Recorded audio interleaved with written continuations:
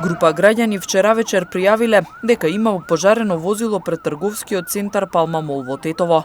Автомобилот се наоѓал на паркингот, а пожарникарите веднаш реагирале за да спречат ширење на пламените јазици. За среќа нема повредени, но причината е материјална штета.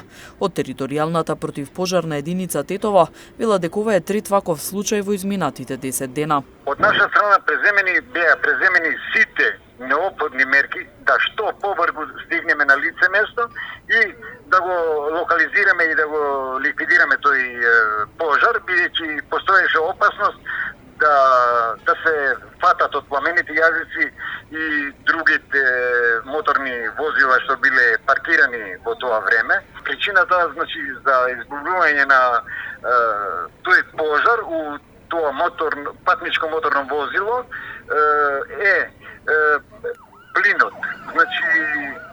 Неисправноста од плин, гасот, бидејќи патничкото моторно возило што избувнал пожарот било со плин.